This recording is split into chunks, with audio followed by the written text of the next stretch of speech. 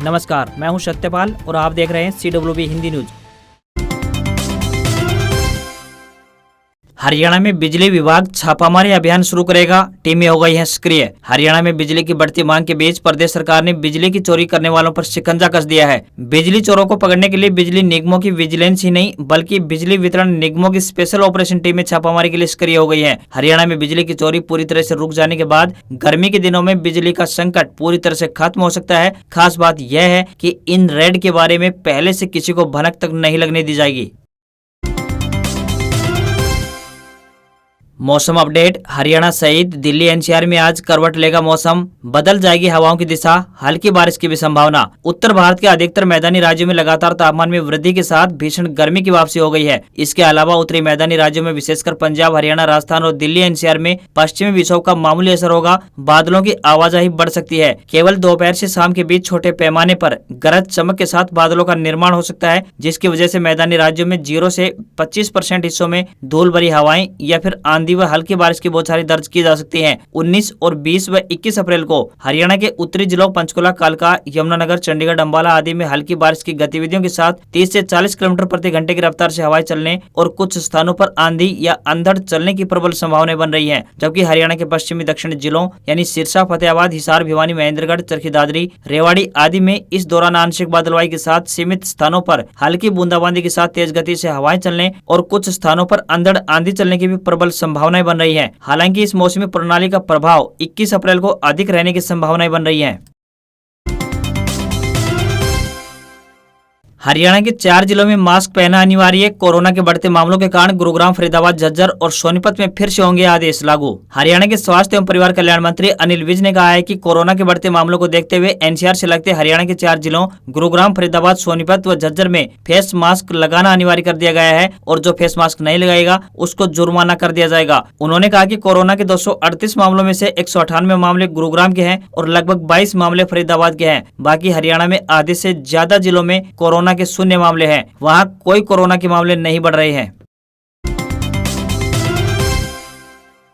स्कूली बच्चों के दाखिले में भी फैमिली आईडी से जोड़ेगी हरियाणा सरकार, नहीं तो छात्रवृत्ति और प्रोत्साहन राशि नहीं मिल पाएगी। हरियाणा में शिक्षा विभाग ने फर्जी दाखिलों पर पूरी तरह से लगाम कसने के लिए अब बच्चों के दाखिले को भी परिवार पहचान पत्र आईडी से जोड़े जाने के निर्देश जारी कर दिए हैं। अगर किसी बच्चे का दाखिला पीपीपी यानी परिवार पहचान पत्र आईडी से नहीं जोड़ा गया तो उस बच्चे को सरकार की तरफ से मिलने वाली विभिन्न योजनाओं के तहत छात्रवृत्ति व प्रोत्साहन राशि से हाथ धोना पड़ेगा। स्कूल मुखियाओं को MIS पोर्टल पर प्रत्येक विद्यार्थी का PPP यानी परिवार पहचान पत्र आईडी का डाटा अपलोड करना बहुत जरूरी होगा। शैक्षणिक सत्र 2022-23 में सभी प्रवेश पाई विद्यार्थियों के परिवार पहचान पत्र के आईडी का डाटा लोड किया जाए ताकि उसमें यह जानकारी मिल सके कि किस बच्चे के परिवार की कितनी सालाना इनकम है और आय के स्रोत क्या क्या है, परिवार में कितने व्यक्ति हैं, उसमें सभी की जानकारी होगी, कितने बालिग हैं और कितने नाबालिग। सभी का ब्यौरा PPP यानी परिवार पहचान पत्र आईडी में होता है। भेजे गए निर्देशों में बताया गया है कि जिस भी विद्यार्थी का PPP आईडी के तहत MIS पोर्टल पर लिंक नहीं होगा उस बच्चे को सरकार की किसी भी स्कीम का फायदा नहीं मिल पाएगा।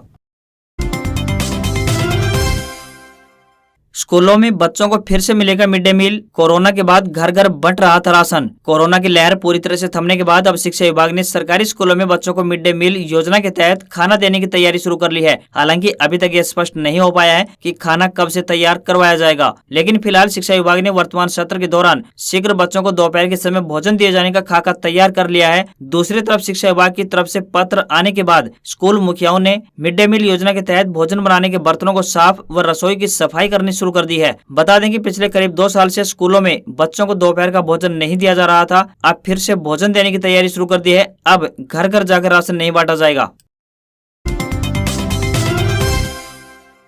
रेवाड़ी में सीएम फ्लाइंग की छापामारी। कोसली अनाज मंडी में 619 क्विंटल गेहूं अवैध रूप से मिला, फर्म ने नहीं कटवाई मार्केट फीस। हरियाणा के जिला रेवाड़ी स्थित कोसली अनाज मंडी में एक फर्म पर सोमवार की दोपहर सीएम फ्लाइंग की टीम ने छापेमारी की। टीम को यहां 619 क्विंटल गेहूं बगैर मार्केट फीस कटवाए अवैध रूप से रखा मिला, जिसके बाद फर्म पर हजारों रुपए का जुर्माना ठोका गया। बता दें कि सीएम फ्लाइंग रेवाड़ी की टीम को सूचना मिली थी कि कोसली स्थित अनाज मंडी में गरिमा ट्रेडिंग कंपनी बगैर मार्केट फीस कटवाए गेहूं को रखा गया है। छापामारी के दौरान गोदाम को चेक किया गया तो यहाँ 1238 कट्टे यानी करीब 619 क्विंटल गेहूं बगैर मार्केट फीस कटवाए रखा मिला। तमाम कागजातों की जांच करने के बाद गड़बड़ी पाए जाने पर फर्म पर 75,958 रुपए का जुर्माना ठोका गया है। हरियाणा के लोग बेचिंत हो जाएं क्योंकि इस बार कितनी भी भीषण गर्मी पड़े लोगों को बिजली के कटों से परेशानी नहीं झेलनी पड़ेगी। इसके लिए प्रदेश सरकार में पूरी तरह से पर्याप्त व्यवस्था की गई है। प्रदेश के बिजली मंत्री रणजीत चौटाला ने स्वयं इस बात की जानकारी दी है। उन्होंने बताया कि गर्मी की शुरुआत में कुछ परेशानी के कारण बिजली के कट अवश्य लगाने पड़े थे, लेकिन आज विभाग के पास बिजली की कोई कमी नहीं है। पानीपत के 250 मेगावाट के दोनों तथा 210 मेगावाट का एक यूनिट सुचारू रूप से चालू है। वहीं यमुनानगर के 300 मेगावाट के दोनों यूनिट और खेदड़ का 600 मेगावाट भी पर्याप्त बिजली पैदा कर रहा है। चौटाला ने बताया कि सीएलपी झज्जर भी 600 मेगावाट बिजली का उत्पादन कर रहा है। प्रदेश के पास आज 6500 मेगावाट यूनिट रोजाना बिजली पैदा हो रही है, लेकिन रात के समय बिजली की मांग 7700 यूनिट है, जो कि लोगों की आपूर्ति करने के लिए विभाग लगातार 1200 मेगावाट यूनिट बाहर से खरीद रहा है। चौटाला ने बताया कि 2 से 3 दिन में अडानी और टाटा से भी प्रदेश के मुख्यमंत्री श्री मनोहर लाल खट्टर की फाइनल मीटिंग होगी और वहां से भी बिजली मिलनी आरंभ हो जाएगी। अगर बिजली की मांग को देखते हुए हमें बाहर से महंगे दामों पर 1500 मेगावाट बिजली खरीदनी भी पड़ेगी, तो हम प्रदेश की जनता के लिए भीषण गर्मी के संकट में बिजली की कमी नहीं होने देंगे और हम इसे खरीदेंगे। इसलिए हमें किसी भी प्रकार की कोई परेशानी नजर नहीं आ रही। हरियाणा की जनता को पूरी तरह से संतुष्ट रहना चाहिए। मनोज पांडे होंगे अगले आर्मी चीफ। इंजीनियरिंग बैकग्राउंड से आने वाले देश के पहले सेना प्रमुख कश्मीर में ऑपरेशन पराक्रम को कर चुके हैं lead. Lieutenant general Manoj Pande भारतीय सेना के नए आर्मी चीफ होंगे। नागपुर से आने वाले मनोज पांडे देश के पहले ऐसे आर्मी चीफ हैं जो इंजीनियरिंग कोर्स से आते हैं। मनोज पांडे मौजूदा आर्मी चीफ MM नरवणे की जगह लेंगे, जो इस महीने के अंत में रिटायर हो रहे हैं। माना जा रहा है कि MM नरवणे देश के अगले चीफ ऑफ डिफेंस स्टाफ यानी CDS पद के प्रबल दावेदार हैं, जो दिवंगत CDS बिपिन रावत की असमय मृत्यु के बाद से खाली है। लेफ्टिनेंट जनरल मनोज पांडे को इसी साल फरवरी में भारतीय सेना का वाइस चीफ का नियुक्त किया था। इससे पहले वह पूर्वी सेना कमांडर के रूप में कार्यरत थे। हरियाणा में बुजुर्गों के खातों में आई पेंशन। हरियाणा में बुजुर्गों और विधवा पेंशन स्कीम के तहत खातों में पेंशन डाल दी गई है। अब बुजुर्ग अपने नजदीकी बैंक या CSC केंद्र पर जाकर अपने पेंशन के पैसे निकलवा सकते हैं। इस बार बुजुर्गों के खाते में 2500 यानी 2500 रुपए पेंशन आई है, जिसको लेकर अब बैंकों और CSC केंद्रों पर बुजुर्गों की भीड़ जुटनी आरंभ हो गई है। इस योजना के अंतर्गत राज्य के 60 वर्ष या उससे अधिक आयु के वृद्ध जन यानी बुजुर्ग नागरिकों को 2500 रुपए की मासिक पेंशन आर्थिक सहायता के रूप में हरियाणा सरकार द्वारा प्रदान की जाती है।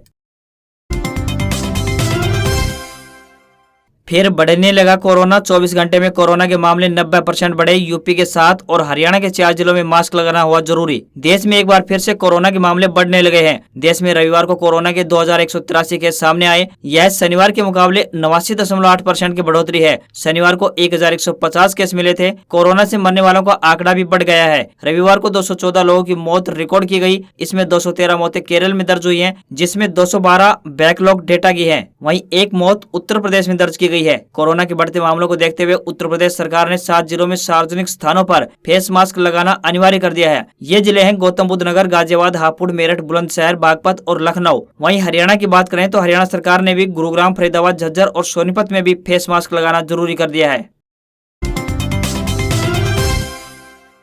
पंजाब के CM मान का ऐलान। पंजाब पर चढ़ा 3 लाख करोड़ कर्जा कहां खर्च हुआ, जांच कर रिकवरी करेंगे। 70 साल कांग्रेस व अकाली दल ने राज किया। पंजाब के CM भगवंत मान ने राज्य पर चढ़े 3 लाख करोड़ के कर्जे के संबंध में एक बड़ा ऐलान किया है। उन्होंने कहा है कि आम आदमी पार्टी सरकार इसकी जांच करेगी। यह पैसा कहां खर्च किया गया, पिछली सरकारों ने यह कर्ज छोड़ा था, यह कर्ज कहां इस्तेमाल किया, इसकी जांच कर रिकवरी की जाएगी। यह लोगों का पैसा है। मान के ऐलान से अब पंजाब में सरकार चलाने वाली पार्टियों, खासकर कांग्रेस और अकाली दल की मुश्किलें बढ़ सकती हैं। पंजाब में पिछले करीब 70 साल से कांग्रेस और अकाली दल की अगुवाई वाली सरकारें काम कर रही थी। CM भगवंत मान ने कहा है कि सब कहते हैं कि पंजाब पर 3 लाख करोड़ का कर्जा है, कैसे गारंटी पूरी करेंगे। मान ने कहा है कि पिछले कई सालों से न तो पंजाब में कोई अस्पताल बना और न ही कोई सरकारी स्कूल व कॉलेज, कोई नई सरकारी यूनिवर्सिटी भी नहीं बन पाई। जो पहले की बनी है वह भी घाटे में चल रही है। सड़कें भी प्राइवेट कंपनियों ने बनाई है। फिर कर्जा कहाँ गया? यह कर्जा कुछ पहाड़ियों की जड़ों में पड़ा है। मुझे पता है कि कर्जा कहाँ है। इसकी हमें रिकवरी करनी है। यह पैसा लोगों का है। हम इसे यह कहकर नहीं छोड़ सकते कि जो हो गया सो हो गया।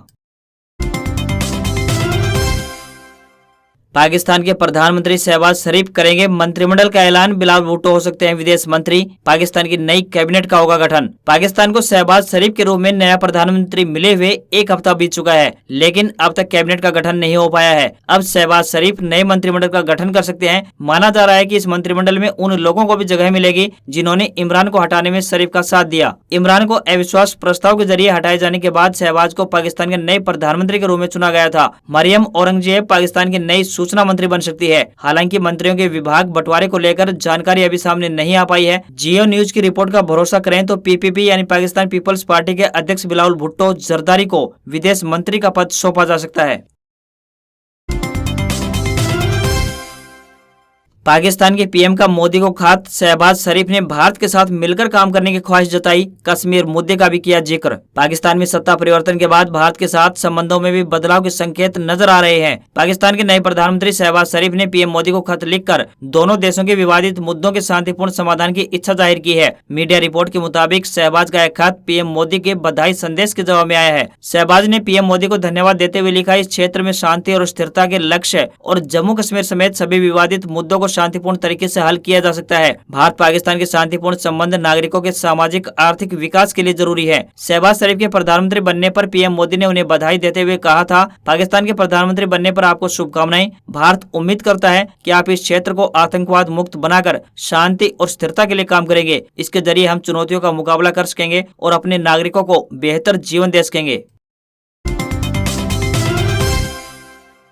डायरेक्ट सेलिंग की आड़ में एमएलएम फ्रॉड। ईडी ने एमवे इंडिया की 757 करोड़ की संपत्ति की अटैच। कमाई के लालच में मेंबर बन रहे थे लोग। प्रवर्तन निदेशालय ने ईडी ने direct selling consumer goods company Amway India enterprises private limited की 757 करोड़ रुपए से ज्यादा की संपत्ति को एंटी मनी लॉन्ड्रिंग लॉ के तहत अटैच किया है। ईडी ने इसकी जानकारी दी है। ये कंपनी डायरेक्ट सेलिंग की आड़ में एमएलएम पिरामिड स्कीम चला रही थी। डायरेक्ट सेलिंग का मतलब है सीधे ग्राहकों को सामान बेचना। किसी प्रॉपर्टी को अटैच करने का मतलब है कि इसे ट्रांसफर, कन्वर्ट या फिर मूव नहीं किया जा सकता है। हालांकि एमवे इंडिया ने अभी तक आरोपों का जवाब नहीं दिया है। एजेंसी ने कहा है कि कंपनी का पूरा फोकस यह प्रचार करने पर लगा हुआ है कि कैसे मेंबर बनकर अमीर बन सकते हैं। प्रोडक्ट पर कोई ध्यान नहीं है। यहाँ पर आपको एक बात और बताते चलें कि पिरामिड स्कीम एक तरह का मल्टी लेयर्ड नेटवर्क होता है। इस स्कीम में एक व्यक्ति अन्य व्यक्तियों को जोड़ता है। नए व्यक्ति को जोड़ने पर उसे डायरेक्ट या इनडायरेक्ट रूप से कोई न कोई बेनिफिट जरूर मिलता है। इस स्कीम में मनी सर्कुलेशन यानी पैसे को घुमाया जाता है, जिसमें नए जुड़े लोगों का पैसा पुराने लोगों को मिलता है। पिरामिड के निचले वाले लोगों को अक्सर इसका लॉस उठाना पड़ता है। पिरामिड स्कीम पर भारत समेत अधिकतर देशों में पाबंदी है, लेकिन ये कंपनियां सीधा पैसों का सर्कुलेशन न कर अपने प्रोडक्ट के जरिए मनी सर्कुलेशन करती है। इस वजह से सरकार ने इस पर बैन लगाने का फैसला किया है।